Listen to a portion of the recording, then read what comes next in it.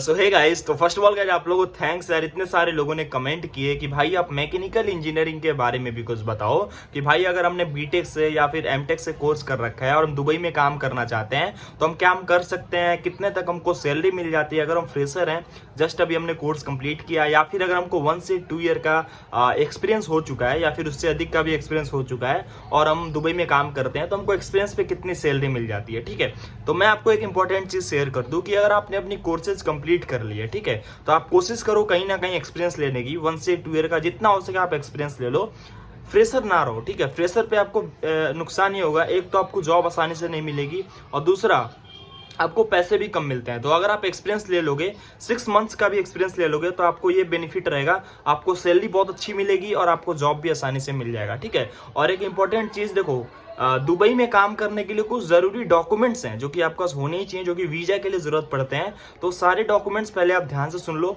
फिर मैं आपको सैलरी बताता हूँ कि बीटेक एमटेक पे सैलरी कितनी मिलती है मैकेनिकल इंजीनियर्स को। देखो, डिमांड तो बहुत अच्छी है दुबई में, जैसा कि आपको पहले ही मैंने बताया था, दुबई में बहुत ही अच्छी डिमांड है मैकेनिकल इंजीनियर्स की। बट डॉक्यूमेंट आप पहले ध्यान से सुनो। पहला जो डॉक्यूमेंट है वो है आपका एक्सपीरियंस लेटर, आप कहीं ना कहीं एक्सपीरियंस जरूर ले लो। दूसरा है आपका वैलिड पासपोर्ट, अगर आपने पासपोर्ट अपना नहीं बनवाया तो बनवा लो, आपको पता भी होगा पहले से, आपने कई लोगों ने बनवा रखा भी होगा, लेकिन मैं बता देता हूँ फिर भी, तो आप अपना पासपोर्ट बनवाओ। तीसरा है आपका मेडिकल सर्टिफिकेट, जिसको हेल्थ सर्टिफिकेट भी कहते हैं। आपके शरीर में कोई कमी हो, कोई भी बीमारी हो तो आप डॉक्टर से दिखा करके पहले ही मेंटेन करके ठीक रखो, क्योंकि हेल्थ में कमी आएगा तो दिक्कत आएगी जॉब करने में। तो ये चीज़ ध्यान देना, हेल्थ पे फिटनेस पे ध्यान देना थोड़ा। ठीक है, थर्ड डॉक्यूमेंट है बेसिकली आपका पुलिस सर्टिफिकेट, कि आपके ऊपर कोई पुलिस केस या क्राइम ऐसा कुछ ना हो, इसके लिए आपका पुलिस क्लियरेंस सर्टिफिकेट लगता है कि कोई आपने केस ना किया हो, कोई क्राइम ना किया हो, उसके लिए। ठीक है, फिफ्थ डॉक्यूमेंट आपकी आइडेंटिटी प्रूफ, जैसे अगर आप इंडिया से हो तो आपका आधार कार्ड होगा, पैन कार्ड होगा, ड्राइविंग लाइसेंस होंगे, आपके पास आपका पासपोर्ट होगा, तो सारे डॉक्यूमेंट्स आपको लग जाते हैं। आपके फोटोग्राफ्स होते हैं, ये भी आपको जरूरत पड़ते हैं। ठीक है, तो ये सारे डॉक्यूमेंट हैं और कुछ खास डॉक्यूमेंट नहीं लगते हैं।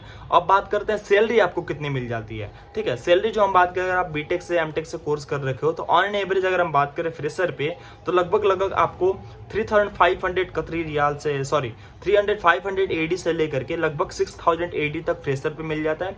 बट अगर आप एक्सपीरियंसड हो तो लगभग 9 से 10,000 कतरी एडी भी लोग मंथली अर्न कर रहे हैं। सॉरी, मेरे को कतरी रियाल याद आ रहा है, बट आप 10,000 एडी तक भी मंथली अर्न कर सकते हो। अगर आपने एमटेक का कोर्स कर रखी है, आपको 2 ईयर 3 ईयर 5 ईयर तक का एक्सपीरियंस है, तो 10,000 12,000 एडी तक भी लोग मंथली अर्न कर रहे हैं। तो जितना हो सके आप अच्छा एक्सपीरियंस लो।